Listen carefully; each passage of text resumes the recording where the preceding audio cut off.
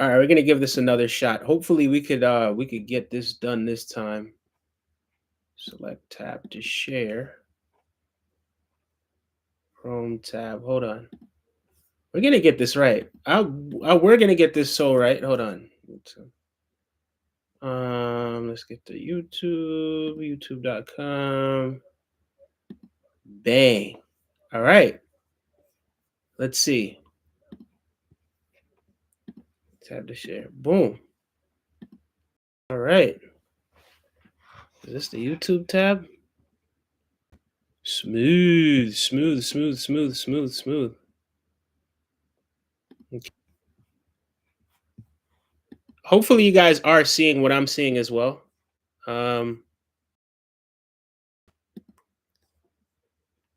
Because believe me, I am. Okay, good. Wow. Okay. All right, we're doing something now. Now we're definitely doing something. Now we're definitely doing something. We're definitely doing something now. Okay, cool. All right, so where was I? I was on what? Law and crime? Was it law and crime? Guys, you gotta forgive me if there's anyone here. All right, so this is what it is.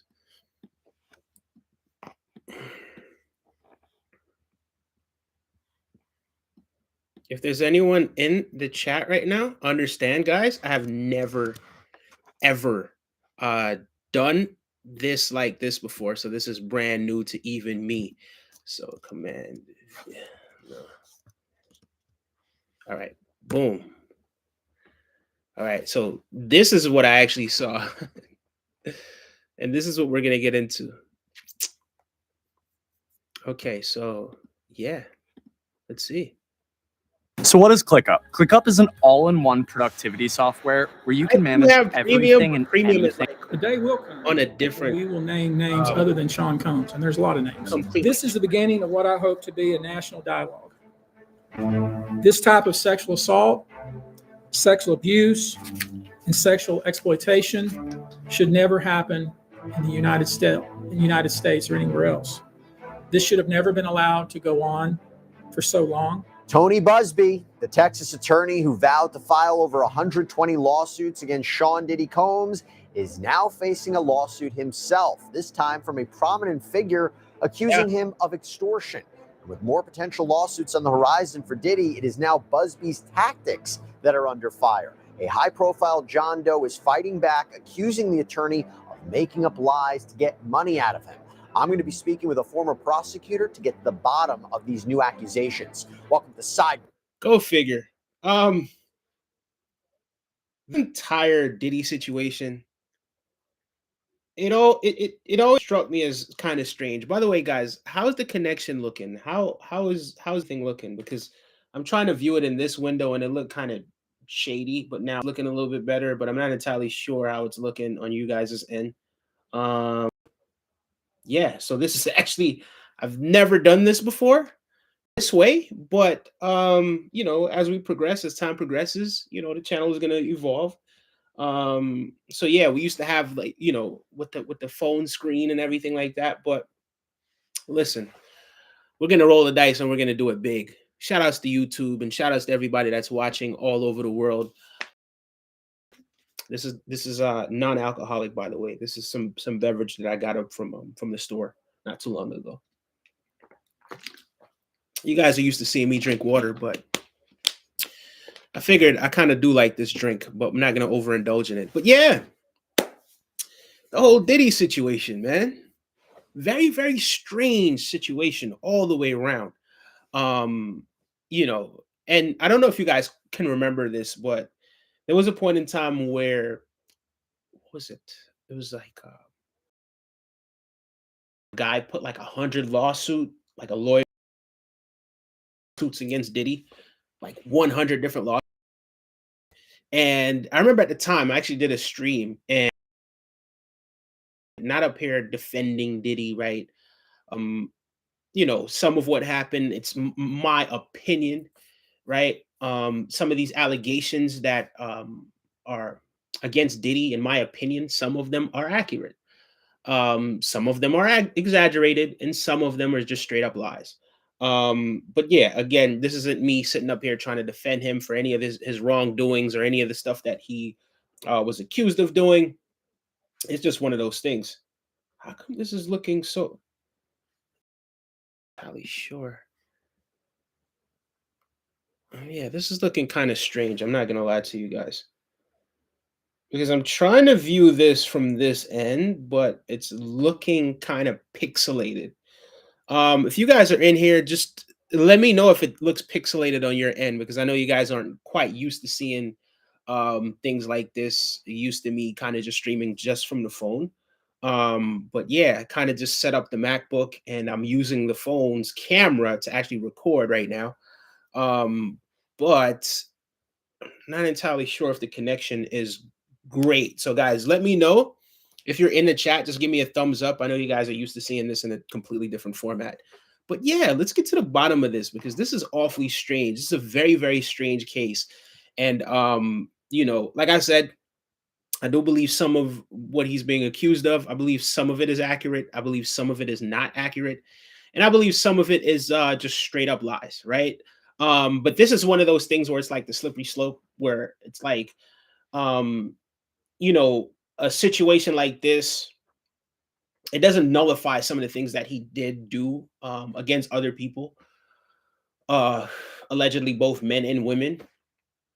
But as of right now, these are allegations. You know what I mean? Um, but yeah, with this lawyer and the amount of cases that he tried to bring up, you know what I mean? Just the vast number, just the sheer number of the amount of people that he was bringing into the equation. It was just like, wow, that many people. But yeah, turns out he's getting sued as well. So let's hear. Presented by Law and Crime, I'm Jesse Weber. Tony Busby.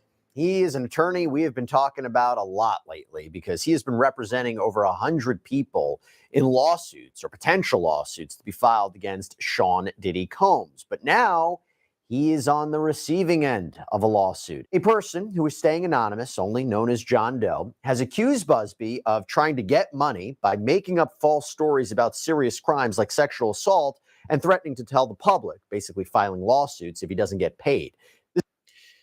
That is a very, very dirty, dirty tactic if these accusations are true, right? Or these allegations are true. You do have those people that are very, very nasty, and because they do know a thing or two about the law, they get other people jammed up. Now, what I'm looking at here is this, right? People get accused of things all the time, right? But I would rather somebody, you know, I would rather something happen to someone based on what it is that they've done, not on the things that they didn't do. Like we're not gonna make up stuff on a person just because, right? And people that do that stuff, these are the absolute things ever, right? That make other people make up allegations on other people, especially, because he saw a crack, right? He saw, a way that he could kind of just seep in. Alleged if these allegations are true, and decided that he was just gonna go for it, right? He was just gonna just hit a home run and just go right in and just attack, attack, attack, attack. And you got over 100 people, you know, to attack a human being. And to be completely honest with you, you feel how you want to feel about Diddy. I don't particularly care much about him as a person based on a lot of these allegations. And that sounds a little bit harsh, but at the same time, it's like this. I do believe a lot of the things that he was kind of accused of doing. The Kid Cudi situation, right? Like talk, like that was there was kind of rumor going around with the whole Kid Cudi situation, saying that he was involved in doing some of these things. I don't quite want to say it because I don't know if I could really say that here, right? But because I don't want to yell the word out. But in terms of what happened to Kid Cudi's car, if you guys want to, you can actually go view it yourself. Type it in to see what it is that happened. But yeah, and we've seen other instances of what was done with his ex-girlfriend. We saw that whole situation. And we've heard the rumors about what's been going on behind the scenes for a very long time. So it's kind of one of those things. You look at it and you think to yourself, well,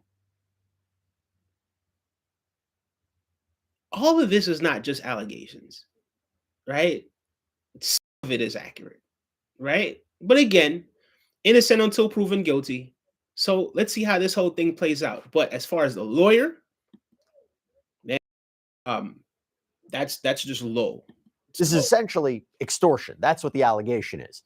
Now, this lawsuit was filed in Los Angeles on Monday. And as for what we know about the John Doe, he describes himself as a high-profile individual who knows music mogul Sean Diddy Combs, has attended events with him. He's also being represented by Quinn Emanuel, which is a very big law firm in the country. So I'm going to break down this lawsuit, or what we know about the lawsuit. And for that, I want to bring on former prosecutor Melba Pearson, who is actually the director of the prosecution projects as well. Melba, good to see you. Thanks so much for taking the time.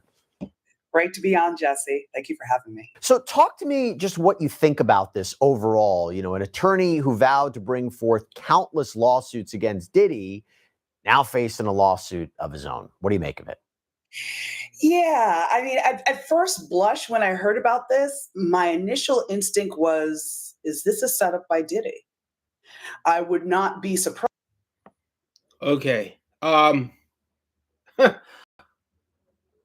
You know, it's crazy that she mentions it and she says it in this angle.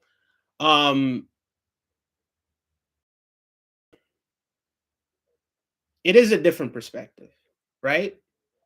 And there could be some truth to what it is that she's saying. However, just the sheer amount of lawsuits that this guy was bringing up, and just the way that he came to light with these things, as I was saying before, I kind of had my suspicions. I was like, some of it, maybe. All of it, no. But yeah, what this lady's saying, maybe she's right, maybe she's not. Surprised, especially with the allegations of witness tampering now that he's been, behind bars, incarcerated until his trial comes about next year. And he's been using three-way calls.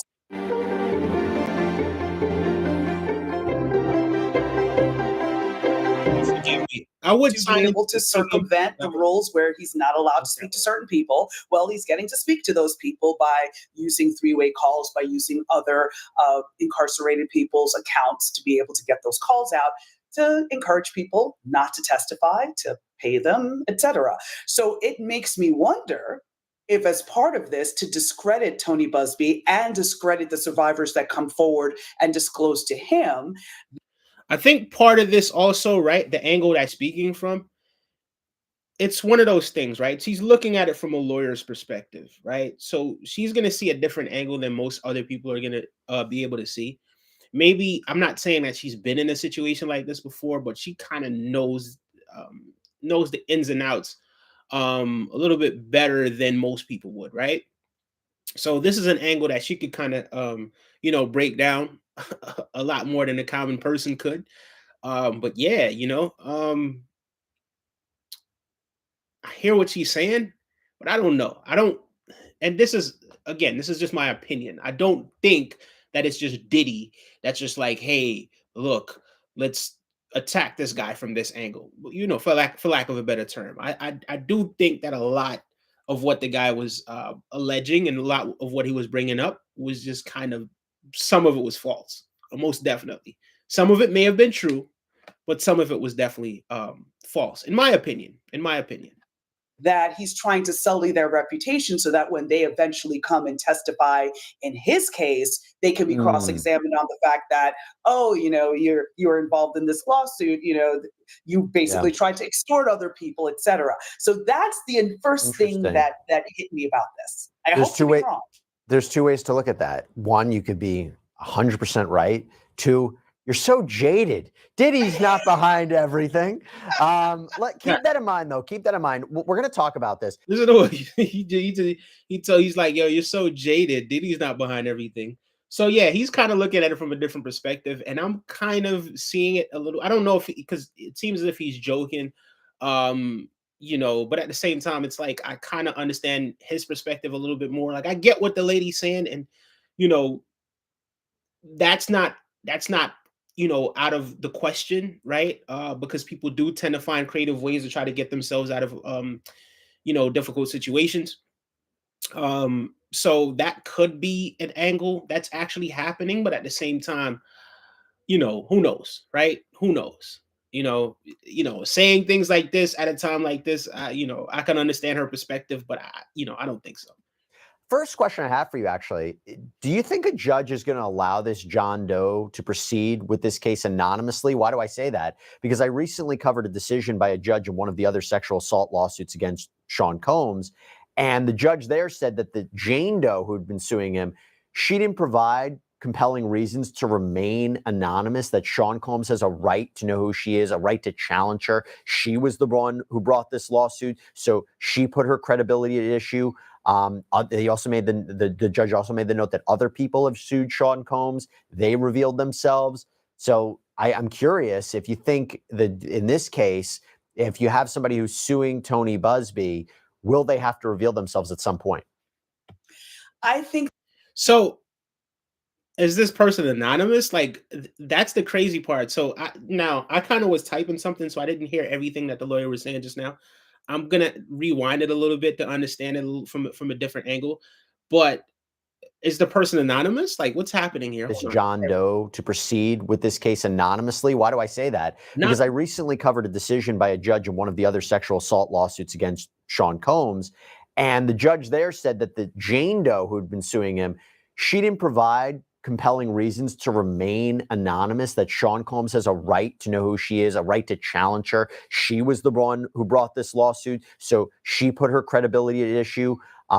They also made the judge also made the note that other people have sued Sean Combs. They revealed themselves. So I'm curious if you think that in this case, if you have somebody who's suing Tony Busby, will they have to reveal themselves at some point? I think they will have to reveal themselves. I feel that Tony Busby would be fighting tooth and nail to make sure that this person reveals themselves. And, we're going to talk about it almost as a matter of great public importance, right? That the people have a right to know. Look, if we could get, a person that's doing certain things, hurting other people's kids, and doing things that Diddy was doing. If we could get him and a crooked lawyer, allegedly, both in both cases, allegedly, these are all allegations at this point. But if we could get both of them up out of here, or both of them up, then two birds with one stone. I don't have a problem with it. Because if this guy is actually, basically making up charges and getting people to go attack some of these people that are very, very wealthy to try to just take their assets, with no remorse and with absolutely no conscience about it, then it's just one of those things. You know what I mean? I can't co-sign that. I do not agree with that, if I'm completely honest with you guys. I just don't agree with it. Oh, who this person is that's basically trying to come after survivors in Right. theory, right? So there's that. Do you want to know the ultimate hack of how I got these tires for a fraction of the cost? And the best That aspect. And again, much to your point, what would be the compelling reason for that person not to reveal their identity? Now, to take the other side of this, it's possible that they can argue that, listen, this person is trying to extort me, and they know that my stature in the community is of such that with these allegations, I could lose roles, or I could lose contracts, or I would have some financial loss as a result of my identity being revealed. So I think that could be the avenue that would travel down. No, I think you're right, because I think identity is the central key question here. The allegation was that he is being extorted so that his identity wouldn't be revealed, that he wouldn't be connected to Diddy, who's incredibly toxic right now. It would be unfair for him to now have to reveal himself for this very purpose. Talking a lawsuit like this, how could I not mention Morgan & Morgan? Instances of rape of a minor, both male and female, against plaintiff if he refused to comply with their demands. Now, the lawsuit reportedly goes on to say that Busby's letter accused the John Doe of raping males and females while they were under the influence of drugs at parties hosted by Sean Combs. The plaintiff claims that Busby targeted individuals connected to P. Diddy and that he, quote, devised a scheme to obtain payments through the use of coercive threats from anyone with ties to Combs, no matter how remote. And he even allegedly targeted people he knew. Wow. Yeah. This is a completely different angle. So yeah, the lawyer bringing up a lot of these charges, he's now under the microscope as well. So, man, this is one of those things, you know what I mean? For me, have some sort of morals about what it is that you're doing. Like, don't try to jump up and make up stuff on people. Like, that's the thing. I really don't like that, right? I think people are going to have their opinions and I think people are going to have facts. But if you're going to do something and prosecute someone or go after somebody, let it be the facts. Don't make up stuff on the people. You understand what I'm saying? To try to sink their ship, so to speak. But you do have individuals that do these things and are able to just go to bed and sleep at night. So these allegations that are coming up against this lawyer, man, it's just making him look like a complete I don't even know how to put it to you guys right now, but it's making him look he looks really, really bad right now, to be honest. Knew would suffer the most because the complaint alleges defendants specifically targeted high-profile individuals who would suffer immeasurable loss from being specifically accused of committing sex crimes, including drugging and raping minors, even if those allegations are false. So, Melba, what are your thoughts on this alleged extortion plot coming from an attorney who, by the way, last month announced that he has received thousands of calls, is representing over 100 people claiming to be victims? He admitted that people have already settled their claim, have already called him to settle with him so that the lawsuits wouldn't be filed, so they wouldn't be identified. Your take? And that's always. So a lot of these people don't want to be identified. Man, again, this is one of those things, guys. As soon as I saw that this was happening, I remember I got on here and I spoke about the situation. And I was like, guys, some of it's true, some of it's not true. You know what I mean? And yeah, a lot of these people don't want to reveal their identity. And a lot of these people are now dropping these. And that's the thing about America. Like, anybody could make up a lawsuit against someone for anything, right? And that absolutely sucks because, and this isn't me defending Diddy, right?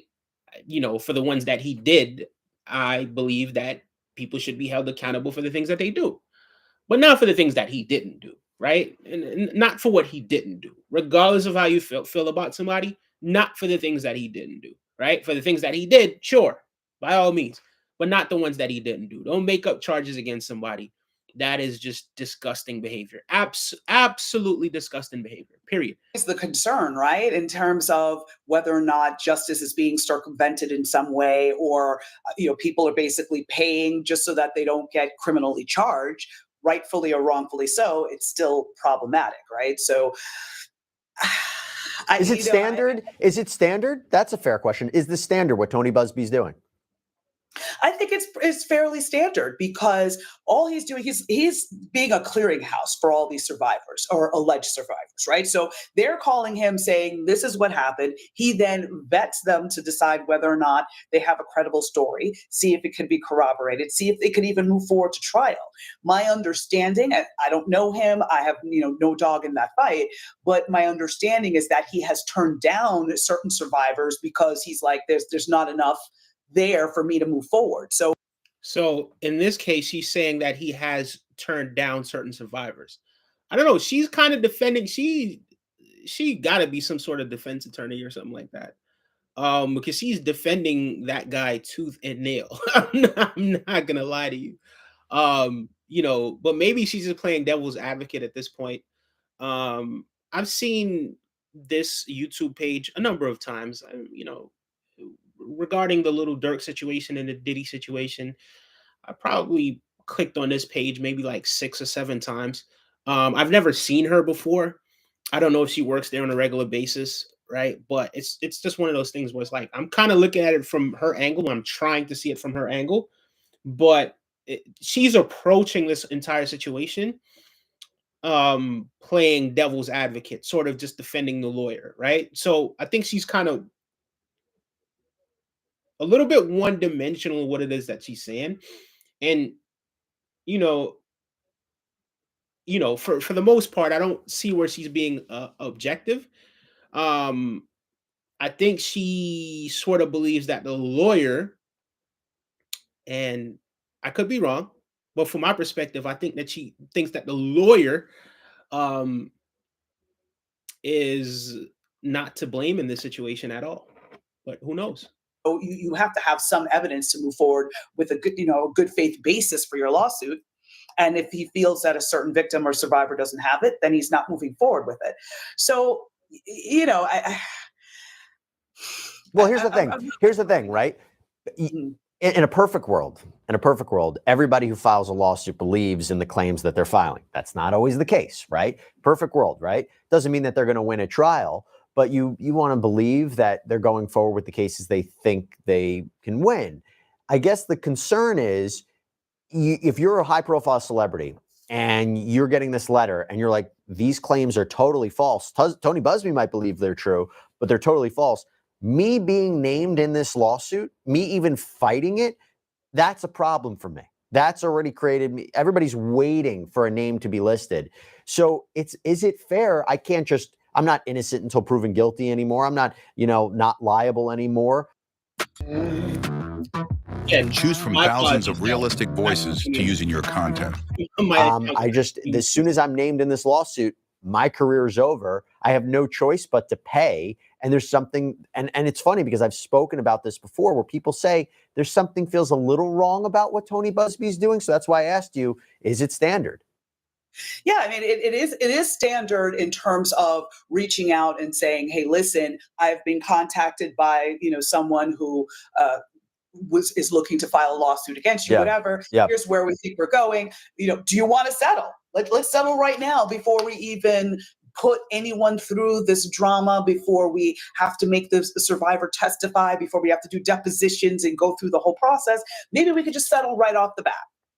That's normal, right? Yeah. But that fear, and I'm with you on that, Jesse, that fear of I could fight this, but I'm going to lose so much more in the long run, that could be a deterrent and would make someone pay up. But at the same token, I'm hopeful that if you are wrongfully being accused of this, I mean, if it was me, heaven forbid, I think I would go on the offensive and name myself. I would come out and say, listen, I have been, Tony Busby reached out to me saying that so-and-so alleged that I did XYZ to them. I categorically deny it.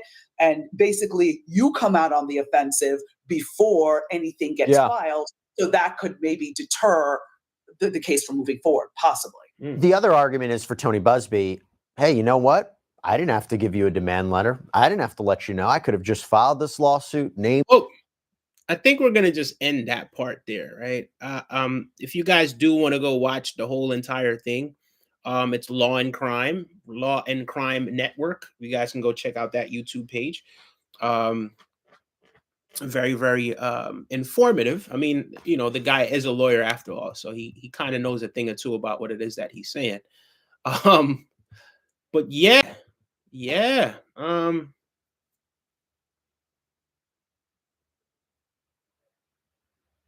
I would click this, but this is kind of like Fox. Let me hear what Fox has to say. Hold on. Let me hear this. What's this? What's going on? I come from a family of aviators. I currently have 10. In the meantime, let's go back to New York City. Want to get some updates on the case that is unfolding there regarding Sean Diddy Combs. These were the courtroom sketches just today. We're turning our attention now there, the sex trafficking case against Diddy and the possible resentencing of the Menendez brothers in Los Angeles. We'll get to that in just a moment here, but let's focus our efforts on New York. We want to get to these headlines in both cases, and we're going to do that with our friend Nima Rahmani, former federal prosecutor and legal analyst. He joins us. Nima, good to see you, and thanks for being with us here. You were tweeting about the Diddy case today. There was an emergency hearing called this afternoon at the courthouse in Lower Manhattan, the judge ordering the prosecution to turn over its findings from a jail cell raid, Diddy's jail cell, just yesterday. What were the contents of those raids? Well, apparently, according to the defense, they're legal documents. The government's saying no, on the contrary, they're just some handwritten notes and a calendar. And what the judge did, Judge Subramanian, is he ordered the prosecution to destroy their copies. He kept copies and he's going to review them in chambers or in camera. And one of two things will happen. Either the defense is right, and those are privileged materials, in which case they will not go to the prosecution, or the prosecution is right and they have nothing to do with the legal case, and the government will get copies. It's only 20 pages. I don't think it'll take the judge that long. But I think the media is reporting this as some huge win for the defense because the government has to destroy their copies. They may get copies of those documents in a matter of days. So I think it's premature to say that this is any type of victory for Sean Diddy Combs. Really, the only victory today was the judge said that he doesn't have to be shackled during the pendency of the proceedings in court. So I think that's a big win for him. All right, yeah, Nima, I was going to characterize it as some type of victory for Combs. Wow. So basically, they're destroying the evidence, or is there any evidence, or is it just people speculating that this is what it is? Maybe it's something else. Not entirely sure. Sometimes people behind bars, they don't necessarily get enough time to speak to their family on the phone or people on the phone, whomever. So yeah, this could be true, but this could also be something where it's like tongue in cheek as well. I'm not entirely sure. It might be one of those things where it's like, we don't really need this. It's not what the media is saying that it is. Who knows, right? Who really knows? I don't know. I don't have the evidence. It could be something where he is doing precisely what they say that he's doing, but the possibility is also there that that's not the case as well. You kind of disabuse me of that notion. Is it only because this is purely temporary, to your point, whatever was recovered there from the cell, these notes, the prosecution will eventually get their hands on? The judge just now saying for now they cannot. That's it. If it is privilege, of course they won't. But if it really is what the prosecution says that has nothing to do with the case, or even worse, it's actually evidence of witness tampering, because we all know the attorney-client privilege, there's a crime fraud exception. You can't use your lawyer to perpetuate a future or continuing fraud or crime. So if the documents are what the government says they are, they're going to get them again. And again, it's just going to be a matter of days because I don't expect the review to take that long. So whatever victory the defense has is only temporary unless those documents truly are correspondence, letters, notes regarding legal advice pertaining to the sex trafficking case. If it is, then obviously the government can't have access to that. So we'll know very soon after the judge, Subramanian, conducts his review. So after that review, is it up to the judge? Is it the judge's determination to essentially say Diddy was involved in witness tampering with the production of these notes? Who has the ultimate say on that? So there's a few things going on. First is the privilege issue. The judge will decide whether the documents are privileged or not. If they're not, they're going to go to the government. If the documents are not only not privileged, but they're evidence of witness tampering, then a few things can happen, all of which are bad for Sean Diddy Combs. First, of course, he could face obstruction of justice charges in a superseding indictment. Now, I'm not saying that's necessarily going to add a lot of time, especially when he's facing racketeering, a sex trafficking, and prostitution counts already. But obstruction charges could be bad for the case, and this is why. Diddy's really only defense here is that the sex acts were consensual. So if the jurors hear evidence of him trying to blackmail, intimidate, bribe, pay off witnesses, or threaten them, that's all very bad evidence that's going to come into the trial. And I think in a court of public opinion, he's in public opinion, as far as how people feel about the situation, I think the vast majority of people think that he's guilty of a lot of the accusations, a lot of the charges that are filed against him. I think the vast majority of people feel like he did it. Now, did he do some of it? I do believe that, yes, that's my opinion. But again, as of right now, these are allegations. Like, this isn't something where it's like we're gonna say that he did everything. But some of it, yeah, it's a possibility that he did some of it. Now, as far as this particular situation, and like the jurors kind of listening to, if they're reading the media headlines and they're paying attention to what's happening in the media and just the way that it's worded.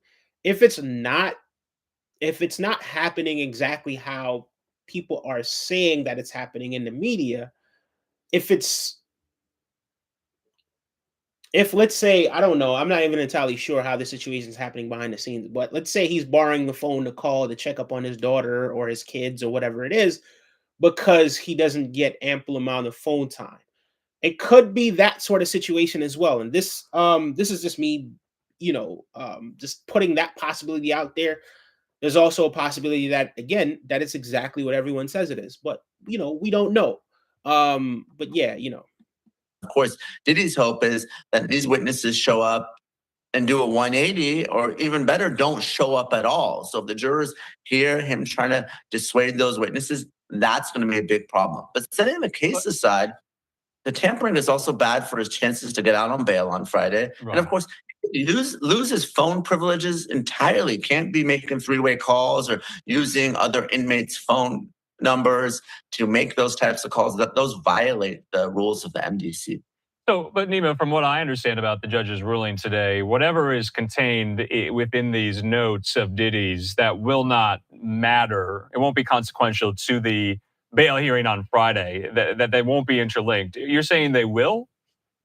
Well, the government's going to try to argue that the witness tampering has happened. And even if they can't use those 20 pages, I think they have apparently evidence of Diddy using these pack numbers of other making three-way calls, trying to make calls through his family members. So, I mean, obviously, I'm a former federal prosecutor. I believe when prosecutors make a representation, they have the evidence to prove it. So even though if it's not these 20 pages, we'll see what they bring to that third bail hearing. But these are allegations they made during the second bail hearing. If we recall, Diddy apparently called one witness apparently 24 times over the course of a day or two.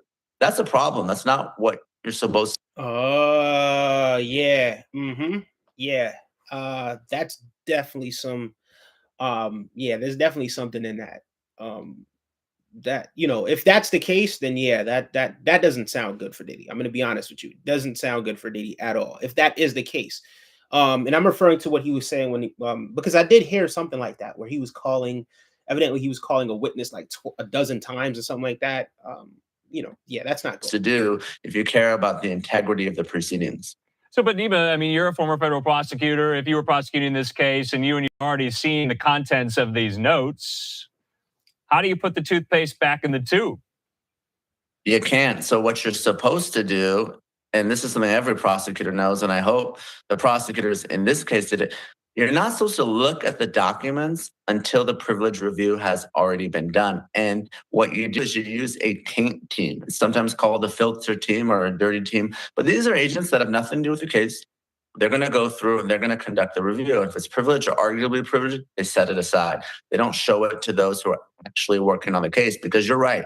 If the lawyers who are working on the case reviewed privileged materials, they're going to get disqualified from this case. It is a huge problem. So hopefully prosecutors did the right thing, kept this information separate, kept it in the taint team, and didn't actually review it. Okay, so I asked this question out loud in the newsroom today after I heard that Diddy's jail cell had been raided. Do you need some type of probable cause or warrant to raid an inmate's jail cell while in detention for whatever reason here?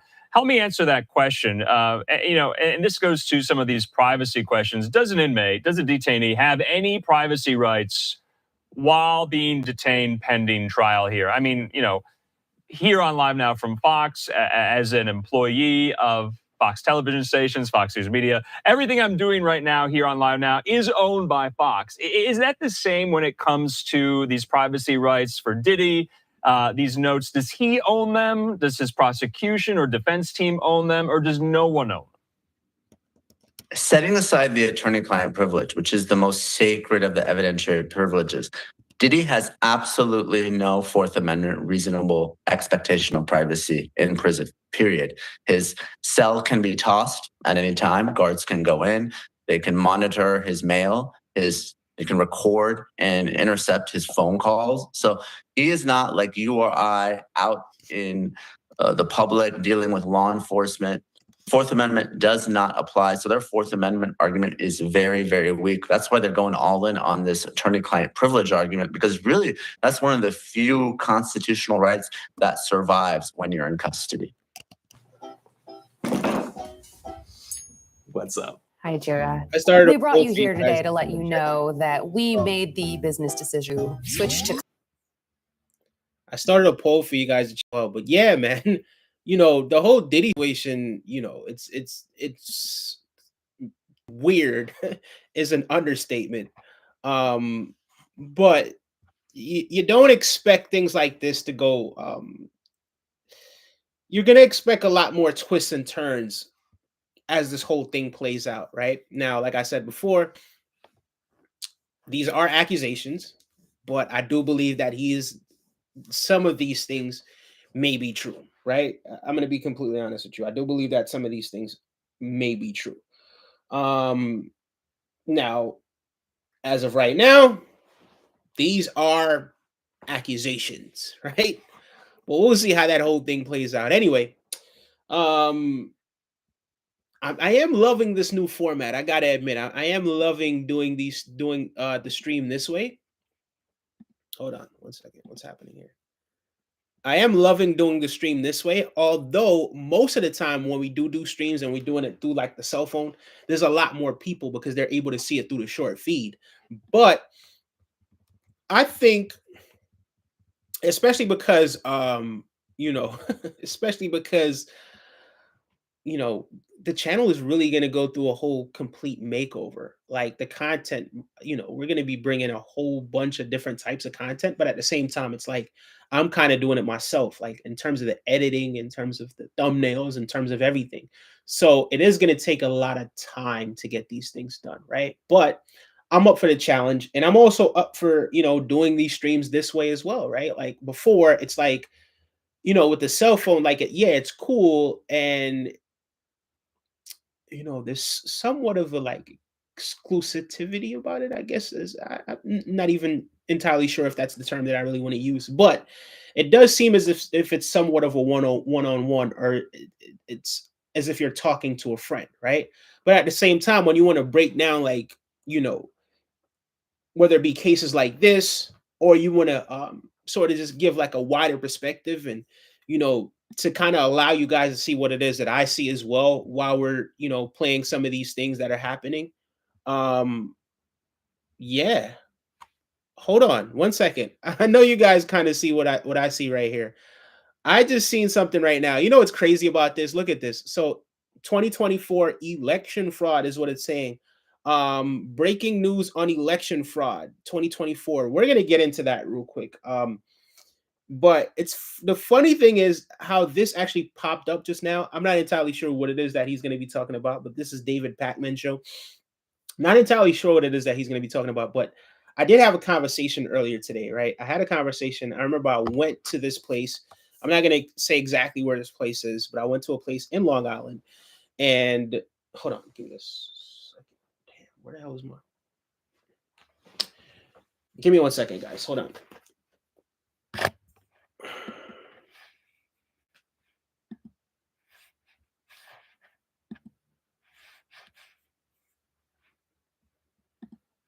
Give me 1 second, guys.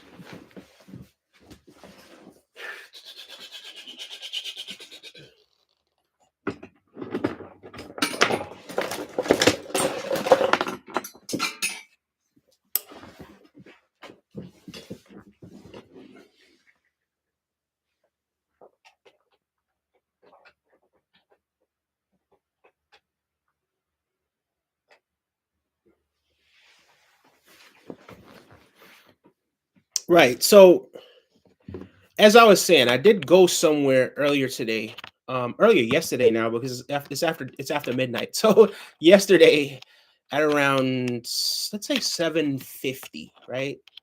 Because it was definitely around 7:50, and I was kind of discussing this situation with a few doctors that I know at this particular place, and I was sort of letting them know that I think the election was actually I think there's something fishy happening with the election. That's what I was telling that you know, a few of these doctors. that I know at this particular place. And there was this one lady, she was like, no, don't go down that rabbit hole. No, because you're going to be sounding like those guys. And by those guys, she's talking about these extremists on the other side. But yeah, I feel like in this case, we kind of do have reason to believe that there was a lot that was going on in it. But I just seen this video pop up, right? So let's explore what it is that he's talking about. Hold on. Let's Wix gives you the freedom to tell your story. see what's happening here. Hold on. Now, as you know, I take a nonpartisan view on this issue, and I try to be as objective as possible. In 2020, I looked into the claims from MAGA of voter fraud. I found them to be without merit. There were these outrageous conspiracy-laden delusions that didn't materialize. It was mostly brought on by MAGA's complete and total inability to accept that Donald Trump simply lost. That's all that happened in 2020. There were not fraudulent dumps of ballots. There were not, just none of it materialized. Now, this time around, I continue to hear from people in the audience that say, you know, David, this time there really was voter fraud. Did you see this letter? Did you see that analysis? And like last time, I try to be as objective as possible. I continue to look at the claims and I continue to examine them. Early on, after the results started coming in, both sides were claiming these vote totals suggest that there is fraud. And the explanation for all of it is they were still counting the votes. Right-winger Benny Johnson, with whom I've appeared on the Piers Morgan program, published an excretion to X where he said, weird how 20 plus million Democrats just disappeared in a single election from 2020 to 2024. Super strange, man. Joe Biden got 81 million votes. Kamala got 60. Very sus. Now, Benny Johnson is arguing the early vote totals were proof that there was fraud in 2020. The right arguing that it must be the case that the 2020 numbers were bogus. But then we also had left-wingers using those early vote totals to justify their point of view. A tweet from a left-winger who thought this was nefarious read, quote, so people that voted by mail are doing the track my vote thing. All 20 million that voted Democrat that have reported so far say they were told they didn't vote, including my cousin and sister, 2 different states. 20 million missing Democrat votes, and Kamala is going to call Trump at 4 p.m. today to concede. WTF. Now, once. What? Hold on. Hold on. Hold on. Hold on. Guys, this would be the time to speak up. If these things are actually true, this would actually be the time for you guys to speak up. I mean, something's got to give. Something absolutely has to give, because if this is true, that's bad, guys. That's bad isn't even the word. Once again, those ballots were not counted yet. They almost certainly didn't come from the 7 swing states that decided the election. The fact that there were extended vote counts in California, for example, tells us nothing about potential or supposed fraud in Michigan or Georgia or states that would have made a difference. So it's really important to understand a lot of these claims contextually. And most importantly, as more and more votes have been counted, the gaps and changes from 2020 are completely plausible and reasonable. The other thing that should be accounted for is there's been a lot of stock placed in early vote, mail-in vote versus same-day vote discrepancies here or there. Over the last 2 election cycles, there have been massive shifts in voter behavior in terms of who is likely to vote early, in person, by mail, all of these different things. And what I come to when I look at all of it is that the only thing there's really evidence for is that those who voted genuinely preferred Trump to Kamala Harris. Now, by a much smaller margin than we thought at the beginning, as Donald Trump's vote share has now dropped below 50%. But that seems really to be the takeaway. Now, let me deal with a couple of other claims that were made. There is the claim that Elon Musk's Starlink satellites were used to alter vote counts in swing states. I addressed this claim a little over a week ago. We still have nothing new that would be evidence or proof of that at all. The conspiracy theory falsely attributes vote tampering to Starlink technology. remember that election infrastructure is not connected to the internet in such a way that Starlink satellites would be able to do what is alleged. And most importantly, we have no evidence at all that that happened. If someone... That's the crazy thing about that, right? So this could just really be speculative. I remember, so my argument, again, it's one of those things where it's like, can I sit up here and just say that I have proof? No, I don't have proof that this election was stolen, or that the last election was stolen. As of this very moment that I'm recording this video, I can sit up here and say that I do not have proof that the election was stolen. However, when you think about all the things that was happening, when you think about a lot of the things that were being said, when you think about all the accusations that were coming from, Trump's camp, in regards to what was happening in Pennsylvania, which was a key swing state, and to be quite fair, the swing states is where the elections tend to be won and lost these days, right? These are the states where you're more able to persuade people to switch, right? There's certain states that it's just kind of just written in stone, really, that these states are Democratic, these states are typically Republican states. But then when you look at the swing states and you see that not one swing state, we didn't get one swing, bro, not one swing state. That's kind of crazy to me. You know what I mean? But again, you can have a feeling and you can feel how you feel, but we gotta go off facts. So was it stolen? I don't know. That's how I feel. But can I definitively say that this is true? No, I can't at this particular moment. If that could change, if we do get some evidence saying that no, this is what happened. But as of right now, it is what one presents evidence, then we can evaluate it more seriously. And then the other claim that's being made is, how do you get Democrats winning Senate races in states that Trump carried? It doesn't make sense. This one has been used by both sides to allege fraud. Eric Hovde, for example, has claimed it. People on left and right have claimed you've got these different results, Senate versus Trump-Harris. Again, split ticket voting is not that rare. We know in Arizona, for example, that the split ticket voting led to Trump winning Arizona, but Kari Lake losing, because there were about, last I checked, it was about 75,000. The number may have changed. There were about 75,000 people who went out, they voted for Trump, and they did not vote for Kari Lake. That's split ticket voting that went against Republicans. At the same time, we have other states in which there are some people on the left saying the split ticket voting is suspicious. It went for Republicans. It's just split ticket voting, and there is no evidence of fraud there. And then finally, there are people generically claiming that there were software breaches in the battleground states, Georgia, Michigan, Pennsylvania, etc. We did have breaches recorded from 2022 in Georgia. Despite breaches, there was no evidence that there was any manipulation or tampering of the votes. That's 2022. And we just don't have evidence of that in 2024. Finally, I do want to address the recount thing, which is we should have recounts. We need recounts. Recounts could change everything. Couple different things on recounts. Recounts are usually reserved for elections where the margin of victory is smaller than a threshold defined in advance by the states.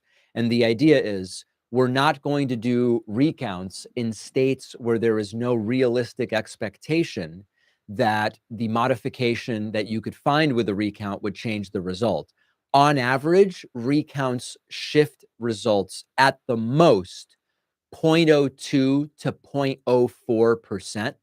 It's an insane amount of work. It's extraordinarily expensive. And when you look at the numbers and you see the margins are orders of magnitude bigger than what you would ever expect to change with a recount, it's simply not codified that that's what you do. So that's my current view as far as the recounts go. This holiday season, after that insane election we just had, where you might be feeling Yep. Okay. Definitely. The reason why I clicked that video is because of the title and because of the thumbnail, to be to be quite honest. Because I do remember that I was having a conversation with someone earlier yesterday about that situation. Well, big ups to you guys. Thank you so much for the people that did tap in and tune in to what it is that we did here tonight. I would actually do a mobile live. That way we could connect with more people. But at the same time, I'm satisfied with this one. I think this one was quite unique. So let me stop sharing this. Get back to what it is that we're talking about here.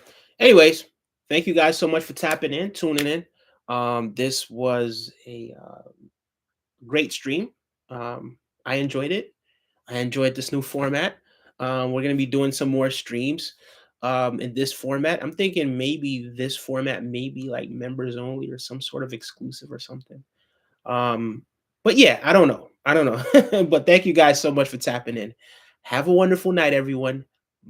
Bye-bye.